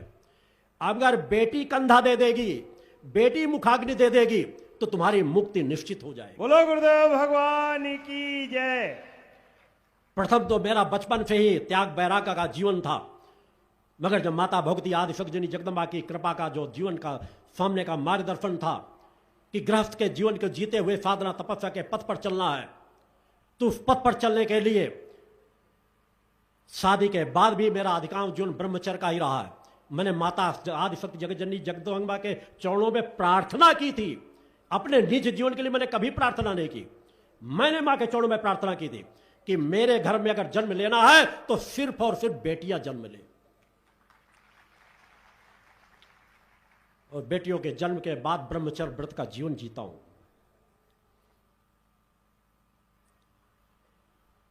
बेटियों को भी वैसी शिक्षा दो, वैसा ज्ञान दो, उनको समाज सेवक बनाओ, पुरुषार्थी परोपकारी बनाओ, अच्छी पढ़ा लिखा कर उन्हें अच्छे पदों पर बढ़ने के रास्ते बताओ। देखो बेटों बेटियों, मेरा आज भी मानना कि बेटियां बेटों से ज्यादा माता पिता का सम्मान के, इसका तात्पर्य मैं बेटों का विरोधी नहीं हूं, मगर ये जो परंपरा डाल करके गलत मानसिकता भर दी गई इसका विरोधी हूं। अतः तुम सच्चे मां के भक्त हो तो बेटे बेटियों में फर्क करना बंद कर दो। बेटे हो बेटियां हो, उस परम सत्ता का आशीर्वाद मानो और उनका कल्याण करने के रास्ते तय करो, उस दिशा में आगे बढ़ना प्रारंभ करो। अपने अंतःकरण को जगाओ। पूजन में बैठा करो तो मेरुदंड को सीधा करके बैठा करो। ओम मां का उच्चारण नित्य प्रति करो। आपको शायद जो बीज मंत्र और दिए गए हैं उन मंत्रों की साधना करके देखो। जो तुम्हें तृप्ति नहीं मिले वो तृप्ति मिलेगी। आज्ञा चक्र में ध्यान लगा के थोड़ी देर शांत चित्त होकर के बैठना सीखो। दृश्य और अदृश्य के संबंधों का ज्ञान होने लगेगा। निराकार से साकार का ज्ञान हो जाएगा। अदृश्य दृश्य हो जाएगा। जो अमूर्त है वो मूर्त हो जाएगा। क्षमता अपने अंदर से पैदा करो। बैठना सीखो। इन साधनाओं को करो। कथाएं सुनने से कल्याण नहीं होगा। कथाएं बहुत सुन चुके, आगे भी सुनने को मिलती रहेंगी। गीता रामायण का घर में ही पाठ करो। जितने बार पाठ करोगे कुछ ना कुछ ज्ञान मिलेगा। रटने के लिए नहीं, उनसे कुछ सीखने के लिए कि हमारे मर्यादा पुरुषोत्तम श्री राम ने कैसा जीवन जिया था, माता सीता ने कैसा जीवन जिया था, प्रभु श्री कृष्ण ने हमारा कैसा जीवन जिया था। क्या वो नाचने गाने वाले थे? एक विराट व्यक्तित्व का जीवन नाचने गाने वालों के समान समाज में रख दिया। वीरता, साहस और पराक्रम की जो खान थे, अनेकों कलाओं में जो सिद्धहस्त थे, उनको सामान्य सा जीवन की रास्ता, अगर वो पौरुषता की बात समाज को बताई गई होती, उनकी समाज सेवा की बात बताई होगी, उनको त्याग बलिदान की बात बताई गई होती, वो कितने परोपकारी का जीवन जीते थे, वो कैसा जीवन जीते थे, किन दिव्य शक्तियों से एकाकार करते थे, कौन कौन सी दिव्य शक्तियां उनके साथ रहती थी, कभी बताया नहीं गया। क्योंकि साधना तपस्या के मार्ग में चलने को उन कथावाचकों को भी नानी याद आ जाएगी। मैं कथावाचकों से नफरत नहीं करता। कथाएं करो, घर घर कथाएं हो, मगर सारगर्भित चीजें बताओ। उथलेपन में न ले जाओ। उथलेपन में ले जाने के परिणाम है कि हम अपने देवी देवताओं पे आस्था खोते चले जा रहे हैं। और एक मुसलमान फकीर साईं की मूर्तियां देवी देवताओं के मंदिरों में रखी जाने लगी। आखिर क्यों? क्या हमारे सनातन धर्म में हमारे ऋषि मुनि नहीं थे? हमारे आदि गुरु शंकराचार्य ने 32 साल की उम्र में 4 मठों की स्थापना कर दी। कब हमने उनके ज्ञान तपस्या की बातें समाज को बताई? कितने मंदिरों में हमारे आदि गुरु शंकराचार्य की मूर्तियां रखी हुई हैं। एक मुसलमान फकीर, मैंने कहा किसी को मानो, हम तो पेड़ पौधों की भी पूजा करने वाली हैं, नदियों कंकड़ पत्थरों की पूजा करने वाले हैं, कोई किसी की पूजा करे इससे कोई आपत्ति नहीं है। साईं के जितने मंदिर बनने हो बने, उससे कोई आपत्ति नहीं है। मगर हिंदुओं के धर्म स्थानों में, मंदिरों में धन कुबेरों के बल पर पुजारियों को खरीद करके इस तरह की मूर्तियां रखी जाएं, तो हम फिर देवी देवताओं की साधना करना भूल जाएंगे, अपने मूल से दूर हट जाएंगे। जो आश्रय तुम्हें घर में मिलता है वो पड़ोसी के घर पे नहीं मिलेगा। जितनी कृपा तुम पे, जितनी देख रेख तुम्हारे माता पिता तुमसे करते हैं, पड़ोसी नहीं करेगा। उसी तरह अपने मूल देवी देवताओं पर आस्था विश्वास डिगने मत दो। वो तुम्हें सब कुछ दे सकते हैं, बस उस पथ पर तुम्हें चलना होगा, निष्ठा विश्वास समर्पण के साथ। अनेकों प्रश्न मेरे पास जो आए आज और कल, में उन प्रश्नों का उत्तर देने का पूरा प्रयास करूंगा जो समय रहता है। निर्धारित समय पर कुछ समय के अंदर आरती भी की जाएगी, आधा घंटे का और समय शेष है। जितने तुम्हारी विचारधारा को गलत रास्ते सही रास्ते में ले जाने का समय है, उसको प्रयास आज भी करता रहूंगा, कल भी करता रहूंगा। तब पथ पर चलो, तपस्वी बनो, शक्ति के पथ पर चलो। ये पूरी सृष्टि शक्तिमय है, शक्ति से परे कुछ भी नहीं है। जहां देखो वहां शक्ति है। तुम अगर सोचना चाहते हो, बोलना चाहते हो, उसके पीछे भी शक्ति कार्य कर रही है। तुम एक जगह से उठ के दूसरी जगह में जाना चाहते हो, अगर तुम्हारे शरीर में शक्ति नहीं होगी, जा नहीं सकते। पेड़ पौधे अंकुरित हो रहे हैं, वहां भी कोई शक्ति कार्य कर रही है। तुम्हारे शरीर की सुरक्षा हो रही है, उसमें भी कोई शक्ति कार्य कर रही है। किसी तरफ देखो, जहां देखो वहां शक्ति, पूरा जगत शक्तिमय है। उस शक्ति से एकाकार करो। अपने अंतःकरणों पर आवरण मत डालो, निखारो। रोज थोड़ा सा वक्त दो। थोड़ा सा वक्त यदि नित्य प्रति दोगे तो तुम्हारे जीवन में बहुत बड़ा परिवर्तन आता चला जाएगा। तभी तुम सच्चे मां के भक्त बन सकोगे, सच्चे साधक बन सकोगे। तभी तुम अपने गांव का, अपने जिले का, अपने देश का कल्याण कर सकोगे। तुम्हारे बच्चे अच्छे शिक्षित हों, तन से बलिष्ठ हो, मन स्थिर हो और बुद्धि की प्रखरता हो। तुम्हारे बच्चे ऐसे होने चाहिए। मगर आज सब कुछ उल्टा होता जा रहा है। तन से कमजोर, मन अस्थिर और बुद्धिहीन होते जा रहे हैं। अतः तन से बलिष्ठ बनाओ, मन उनका स्थिर हो, बुद्धि की प्रखरता हो, जागरूक बनो, अपने अंदर जागरूकता पैदा करो, तभी तुम्हारे अंतःकरण का अंधकार मिटेगा। सत्य की रक्षा करो और असत्य को दूर भगाओ। यही हमारा धर्म है, यही हमारा कर्म है कि तुम्हारे अंदर एक जागरूकता हो। जागरूक हिंदू बनो। मैं हिंदू हूं इससे हिंदू नहीं बनोगे। तुम्हारे जीवन में जागरूकता हो कि हिंदू कैसा होता था, हिंदू कैसा जीवन जीता था, वैसा जीवन जी करके देखो। फिर देखो समाज में कितना बड़ा परिवर्तन आता है। मैंने भी एक एक दो दो कार्यकर्ताओं से प्रारंभ किया था। आज करोड़ों करोड़ों लोगों में ऐसा कोई प्रदेश नहीं जहां भक्ति मानव कल्याण संगठन कार्य न कर रहा हो, दूसरे देशों में कार्य न हो रहे हो। अभी अगला फ्यूर भी नेपाल में रखा गया है। मैंने तो कहा था नेपाल वालों के इस बार आने की जरूरत नहीं है, आपका फ्यूर नजदीक है। 20 सालों से 10 सालों से जो उनकी लगातार मांग चल रही थी फ्यूर द फ्यूर, इस बार भी चले आए कि कहीं ऐसा तो नहीं कि कैंसिल कर दिया जाएगा। मगर मैं वचन दे चुका हूं, फ्यूर दे चुका हूं। नेपाल राष्ट्र निर्माण के लिए शक्ति साधना नशा मुक्त फ्यूर वहां पर 25-26 अप्रैल 2025 को ही होगा। वो कन्फर्म है, उसमें कोई परिवर्तन नहीं आएगा। आप इस फ्यूर का भी आशीर्वाद और लेके जाओ। एक ऐतिहासिक फ्यूर नेपाल देश में भी होगा। सिद्धाश्रम में नवरात्र फ्यूर 30 सितंबर से 1 और 2 अक्टूबर 3 दिवसीय जो फ्यूर रहता है वो फ्यूर होगा। और इसके बाद जो मैंने प्रभु श्री राम की अयोध्या में स्थापना के बाद जो एक चिंतन था कि मैं अपने शिष्यों के साथ वहां उपस्थित होकर प्रभु श्री राम के दर्शन करूंगा, एक वहां फ्यूर लगा करके मां की ऊर्जा अयोध्या में प्रवाहित करूंगा, जिसके लिए मेरा संकल्प, मैं कहीं पर फ्यूर देता हूं तो जब से सोच लेता हूं तब से मेरी वहां के लिए साधनाएं प्रारंभ हो जाती है कि वहां जो शिष्य आए भक्त आए उनका कल्याण मैं किस तरह से करूंगा। अतः अयोध्या उत्तर प्रदेश का 22-23 नवंबर 2025 को अयोध्या में फ्यूर होगा। भगवान की जय। 2 दिवसीय। दुर्भाग्य से अयोध्या नरेश एक है, कोई दूसरा नहीं। प्रभु श्री राम के अलावा आज तक न कभी कोई पैदा हुआ है न पैदा होगा। एक छोटा सा चुनाव जीत करके समाजवादी पार्टी के बड़ी वेदना होती थी उस बात की, जब प्रभु श्री राम को नकार करके कहा जाता था ये अयोध्या नरेश हैं। अवधेश प्रताप को अयोध्या नरेश कहा जाने लगा था। राजनीतिक एक चुनाव जीत करके अपने आप को नरेश घोषित कर दो अयोध्या का, इसलिए वहां के लोगों ने मिल्कीपुर चुनाव में धूल चटा दी।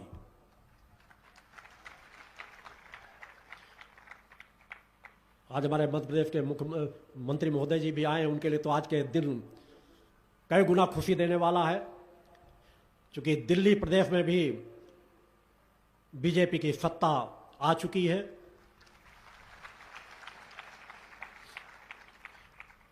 वहां पर भक्ति मानव कल्याण संगठन है। हरियाणा का चाहे चुनाव रहा हो वहां पर, जबकि हरियाणा के मुख्यमंत्री कहा था बस चुनाव जीतते ही मैं दूसरे दिन सिद्धाश्रम धाम में आकर दर्शन प्राप्त करूंगा। खैर अभी तक उन्हें समय नहीं मिल पाया। हमने दिल्ली में भी इस बार अपना एक भी प्रत्याशी कहीं नहीं खड़ा कराया था, क्योंकि परिवर्तन आवश्यक था, जरूरी था।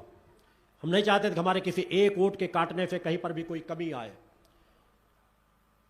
क्योंकि आज आवश्यक है। हम आजादी के बाद तक अब तक जिस तरह की सरकारें देखते चले आए हैं, बहुत कुछ हमने देखा है। आज समाज में बहुत कुछ सुधार की जरूरत है।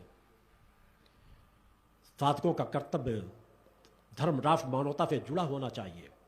साधना भी करें, राष्ट्र के प्रति अपने दायित्व को भी निर्वाहें, समाज सेवा भी करें। उस दिशा में भी लगातार कार्य किए जा रहे हैं।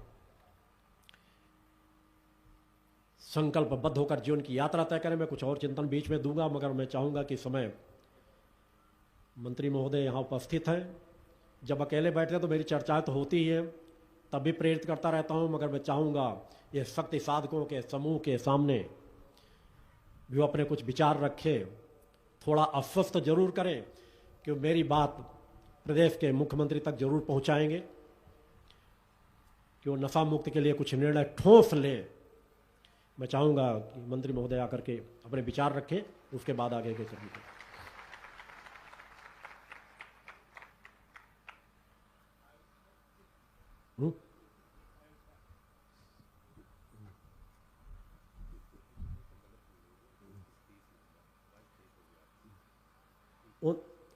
29-30 नवंबर को रखा गया है। अयोध्या का जो शिविर होगा वो 29-30 नवंबर को 2025 को ही, वो नवंबर में लास्ट में, इसलिए थोड़ा सा परिवर्तन किया गया है कि जिसे हमारी हर संडे को महाआरतियाँ होती हैं, तो उसमें लास्ट संडे जो पड़ रहा है 30 को तो उसमें किसी को अन्य कोई महाआरती का क्रम न रुके। उसकी आज भी जानकारी, कल भी जानकारी आपको प्राप्त हो जाएगी। और अब इसमें आप कुछ विचार प्रदेश के मंत्री महोदय के भी ओर से सुने। मुझे लगता माते की जय।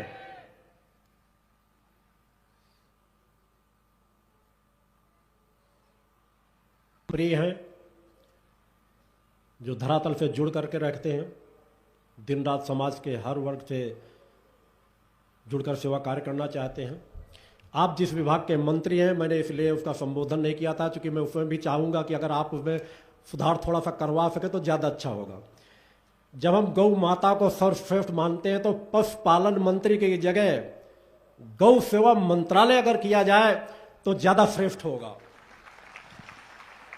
कब तक हम जो श्रेष्ठ, जो सबसे अगुवाई, जिसके लिए हम सबसे ज़्यादा कार्य कर रहे हैं, हमारे लिए सभी एक समान हैं, मगर उसमें श्रेष्ठ में गौ सेवा मंत्रालय करके उसमें साथ सभी को जोड़ दें, सभी जीव जंतु से जुड़ करके हम सभी की सेवा करें, तो और ज़्यादा सम्मानजनक मंत्रालय का जब जैसा नाम होता है वैसे काम भी बढ़ने लग जाते हैं, प्रमुखता उसमें आ जाएगी। हमारे संगठन की मांग थी कि गौ अभ्यारण्य बड़े बड़े बनाए जाएं, और हमें इस बात का कि हमारी मध्य प्रदेश सरकार ने गौ अभ्यारण्य की मंत्री महोदय ने स्वयं अगुवाई करके दिन रात लगे हुए हैं। उस विभाग के बारे में मुझे बराबर जानकारी भी मिलती रहती है, इसके लिए मेरा सदैव आशीर्वाद बना रहेगा। और मैं इस मंच से इतना जरूर आश्वस्त करना चाहता हूं कि अगर मध्य प्रदेश सरकार इस चुनाव के, आगामी चुनाव आने के पहले पहले प्रदेश को पूरी तरह नशा मुक्त कर दे, मेरे संगठन का हर एक कार्यकर्ता घर घर जा जा करके बीजेपी का प्रचार करेगा, एक भी जगह प्रत्याशी नहीं खड़ा कराया जाएगा। बोलो गुरुदेव भगवान की जय।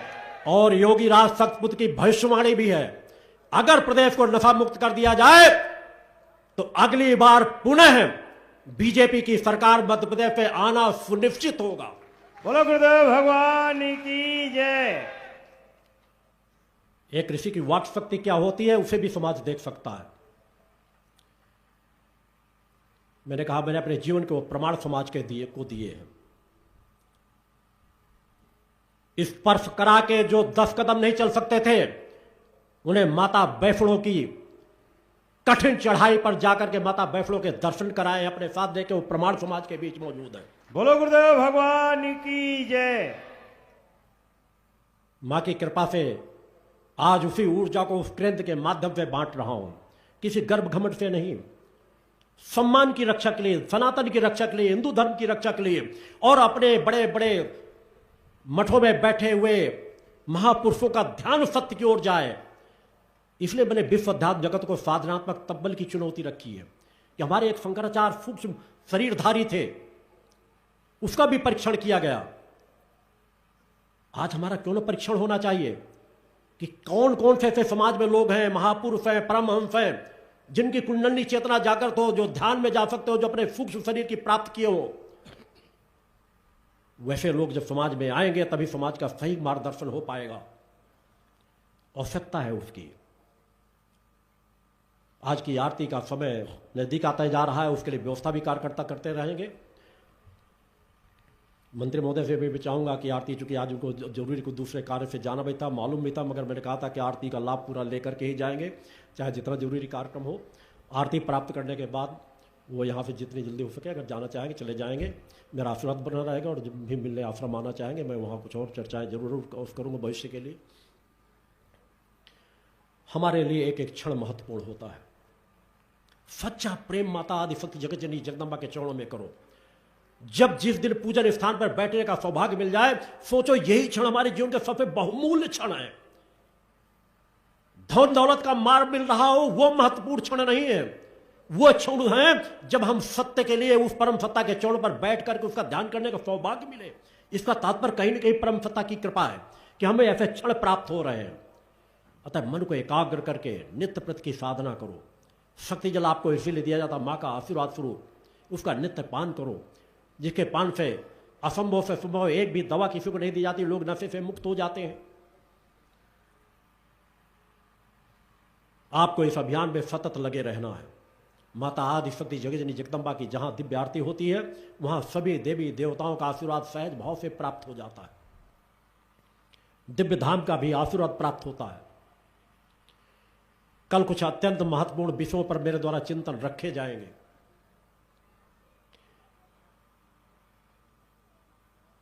भक्ति मानव कल्याण संगठन के कार्यकर्ता एक लक्ष्य एक अभियान लेकर के चलेंगे।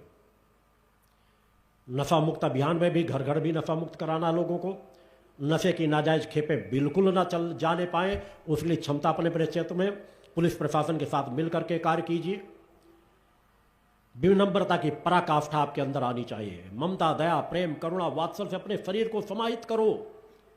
गुलाब की पंखड़ियों से भी अधिक कोमल आपका हृदय होना चाहिए, और जहां जरूरत पड़ जाए वहां पाषाण से अधिक कठोरता भी आपके हृदय में होनी चाहिए। यही हमारी देवी देवताओं ने यही हमें सिखाया है कि ममता, प्रेम, दया, करुणा, वात्सल्य की खान है, और असुरों के संहार के लिए उन अस्त्र शस्त्रों को भी लेकर के खड़े होना होता है। अतः हर तरह से अपने आप को, अपने बच्चों को, मैंने कहा आपके बच्चों के लिए कर्तव्य क्या है?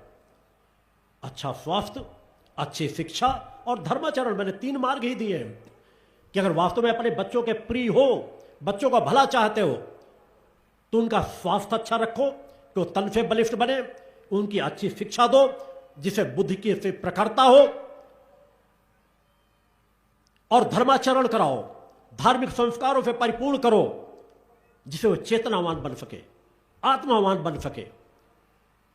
आत्मावान बन करके समाज में कुछ परिवर्तन डाला जा सकता है। आत्मिक शक्तियों को जगाओ।